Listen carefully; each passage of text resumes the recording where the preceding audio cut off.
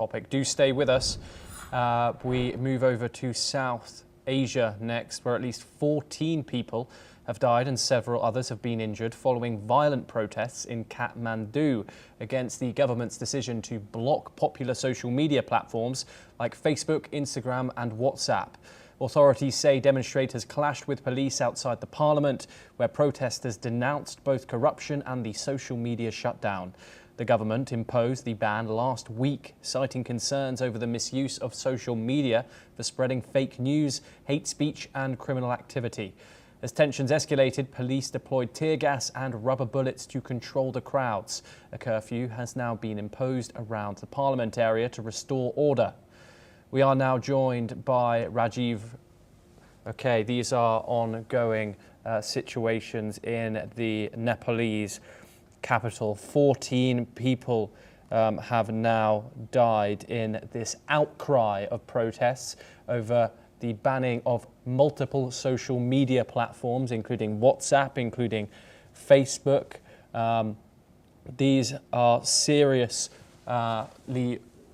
heated clashes with 14 people being killed in Nepal. People very angry with the censorship laws over social media there. As we can see the visuals, buildings on fire and just general violent protests happening there. Do bear with us as we try to get a reporter to speak to you about it.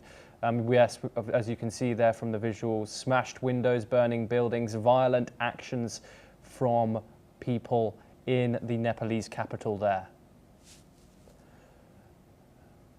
Police have attempted to quash the protests with tear gas, attempting to displace crowds with rubber bullets, however to no avail. But we will of course bring you continued information on this ongoing situation as these protests continue. As you can see there from these visuals, police there in very, very heavy riot gear with crowds pushing against them, riot shields, helmets, protective gear, as you can see there, all over social media.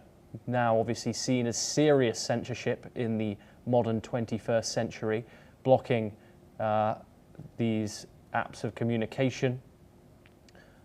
We will of course bring you all the developments when we get them. Okay, all the protests, as you can see, the visuals are occurring now near Nepal's parliament. The parliament that made that decision to ban those apps, that especially the younger generation, and of course all generations nowadays, are so crucial and centre to our modern lives.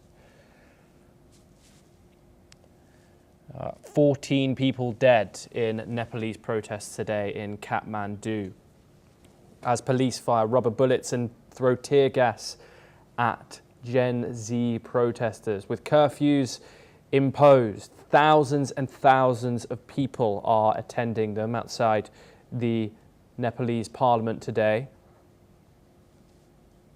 Thousands of youths, including students, many in their school or college uniforms, carrying the national flag and placards. They're being stopped by police, who have erected a barbed wire barricade around the parliament.